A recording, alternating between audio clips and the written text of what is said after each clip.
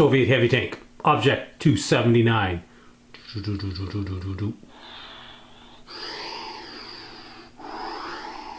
Dr. Tongue's 3D House of Horror. Yep, something different. Gotta have something to go with the funky paper panzers. So we're doing the Takom Soviet heavy tank, object 279. And that's about as excited as I'm going to get about this kit. Alright, we got some work. We actually got quite a bit done on this. Some late nights here the other night, 3 a.m. last night, couldn't sleep, so I built this thing. First of all, it's funky. It was, yeah, you can Google it and go read about this, but there's one in the Tank Museum, and dual tracks. So basically you have 382 track links, and each track length is injected in 4 spots. Should have done this last night, but I was too tired and cranky to get out of here. Let's get this in the sunshine here. So there's an injection molded on 1, 2, 3, 4 points of the track. So it took about 2 hours just to cut all the tracks off and clean them up. And they don't snap together, they don't link together, they just go in, butt each other up, and then you have to, of course, glue it all in. So we've got the track sag in. They don't look too bad, but the biggest problem is, if you do this kit, watch these freaking drive sprockets.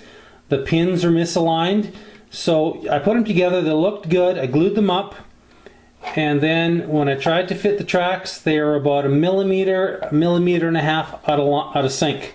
So the first one I did wasn't too bad, and then the next 3 were complete colossal fails. I ended up actually, on this one, I had to cut all the pins off the drive sprockets off. I had to cut each and every one of them off to fit this track. Track fitting probably took about almost 4 hours to get these tracks, because basically you are doing a total of 4 kits for link-to-link tracks to get this done. Right now, the tracks are a real major disappointment on this kit. There's so much cleanup.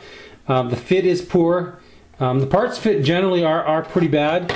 You have to, on these trunnions that come down, they acted as the fuel tanks. They don't fit worth a damn into the valleys that are into the hull, so you have to cut those up, scrape them out, make them bigger. And this one, when I got this kit from the shop, it had a huge crack right from here. From here it was cracked all the way and misshapen.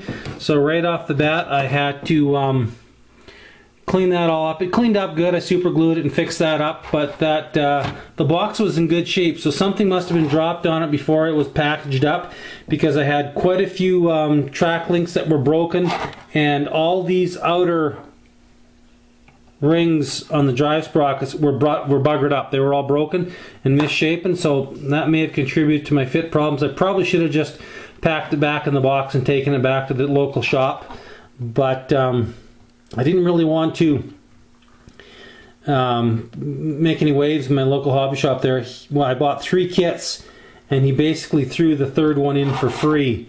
So I was just going to say, yeah, okay, I'll make it work, which I did.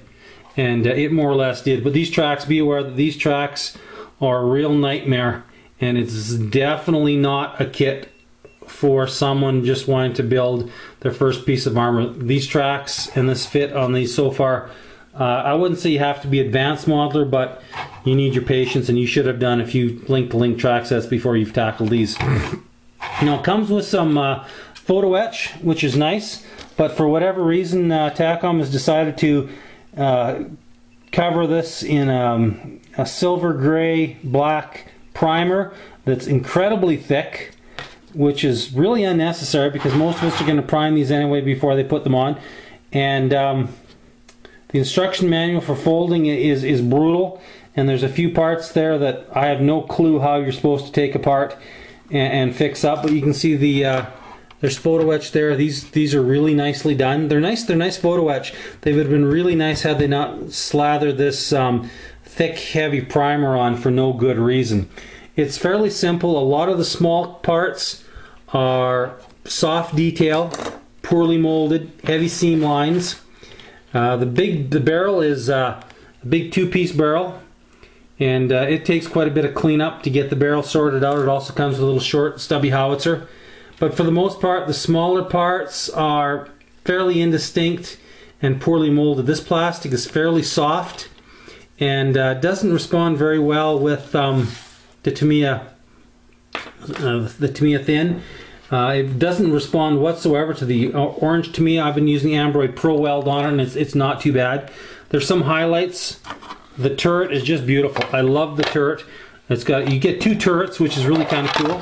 So if you wanted to, you could build one turret up with the short stubby, or you could put this on something else. You might even be able to get away with putting that on a T62, or maybe rolling it onto something different. But it's a very nicely molded in turret with nice cast mold line marks. So that's nice.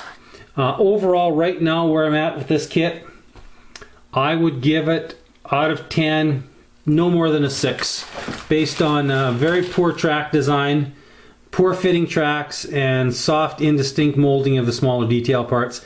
A lot of the locating pins are either too big or too small or not even there. It's got some raised panel lines which are different on a piece of armor. Whether that's proper or not, I don't know why you would have raised panel lines. Makes no sense to me, but whatever. But they all do also have some recessed panel lines in there. So the rivet seams are nice. Some of the detail is really nice, and some of the details is really poor. I love the figure they give with you. He's in a full chem suit with a gas mask and an AK-47, and he's going to go well with this other Takom I picked up, the KV5, which he's also in a full chem suit, gas mask with a flamethrower. So I've got an idea for a what if sci-fi, you know, War in the East 1960 diorama.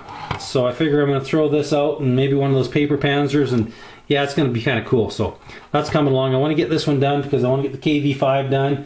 I picked up a couple other ones at the shop. I've kind of been on a buying spree lately. I'm not sure what the hell's going on with me. I got to quit. But I picked up another really cool little model out of Russia, which I'll do a quick little tabletop on here later on. It's the price was just amazing. So I'll take a look at that, a good close look at that. But guys, Panda offers one of these, and I think there might be somebody else offering one of these too. Check out the Panda. Like I say, I paid full retail for this, exactly what you get online for it right now. I would strongly suggest you wait until this model goes on sale and gets discounted, because it's not worth the $65 or $70 that they want for it. Just my opinion. Some guys might love it, but like I say, you know, poor link-to-link suspend tracks, poor detail, poor molding in some of the parts. I would say get it on sale. If you can get it for half that, you can get it about for $35, $40. Yeah, go ahead and get it. It's kind of cool to add to the collections, especially the what ifs and the prototype models. But it builds up. It looks pretty good, you know, as long as you don't get too close, because these tracks are going to be mudded up, just because it's not the best track links in the world. So we'll take a look at this once we get it all done here, hopefully in a day or two, guys. Take care.